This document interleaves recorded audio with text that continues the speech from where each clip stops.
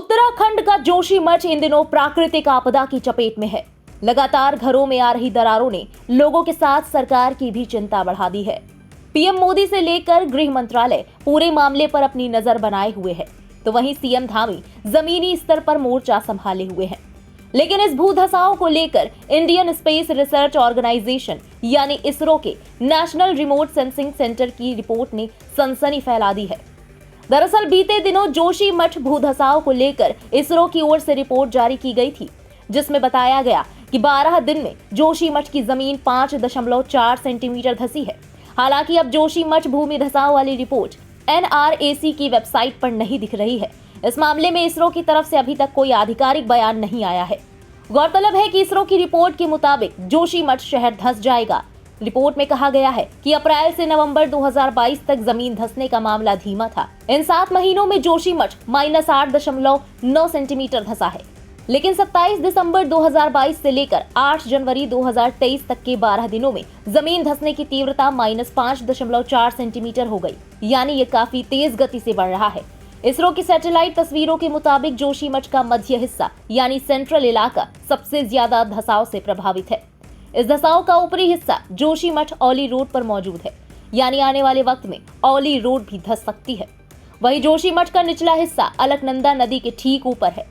पानी के ज्यादा रिसाव होने से वो भी धंसने की कगार पर खड़ा है। वहीं मीडिया से बात करते हुए INSA के वैज्ञानिक DM बनर्जी ने बताया कि जोशीमठ मध्य हिमालय का एक हिस्सा है।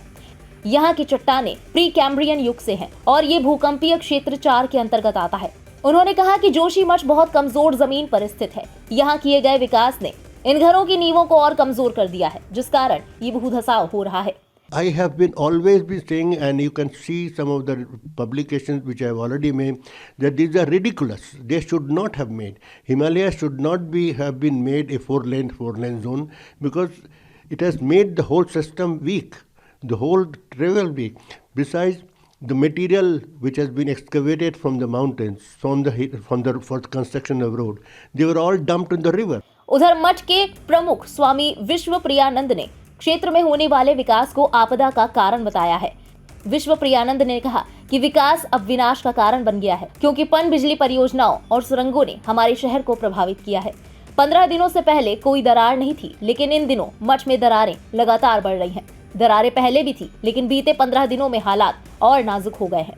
निशान जो हैं, ये अभी से जो लैंडस्लाइडिंग हो रही है, जो भूधसाव हो रहा है, ये सभी उसी का नतीजा है। आज से 15 दिन पहले तो कोई इतनी समस्या नहीं थी, हल्के दरार थी, लेकिन हमारे मठ में नहीं था। लेकिन ये 15 दिन में तो बहुत ज़्यादा बढ़ने हो गए, और स्पेशली ये 3-4 दिन के अंदर तो एकदम से, जैसे आपने पूरा देखा होगा कि पूरा जो मठ है हमारा वो खतरे की जद में आ गया है। यहाँ बहुत बड़े बड़े क्रैक्स आ रहे हैं। बता दें कि जोशीमठ में लगभग 730 से ज्यादा भवन भूधसाव की चपेट में आ चुके हैं। अब तक 130 परिवारों को सुरक्षित स्थानों तक पहुंचाया गया है। वहीं दूसरी तरफ इसरो की तरफ से जारी की गई रिपोर्ट प्राइमरी थी। फिलहाल अभी INSAR रिपोर्ट की स्टडी जारी है। आने वाले दिनों में जोशीमठ से जुड़े क्या तथ्य सामने आते हैं, ये तो वक्त ही बताएगा। फिलहाल इस खबर के बारे में आपका क्या कहना है, कमेंट सेक्शन में लिखकर जरूर बताएं। देश और दुनिया की बाकी खबरों के लिए सब्सक्राइब करें इंडिया पब्लिक खबर के YouTube चैनल को और बेल आइकन दबाना बिल्कुल न भूलें।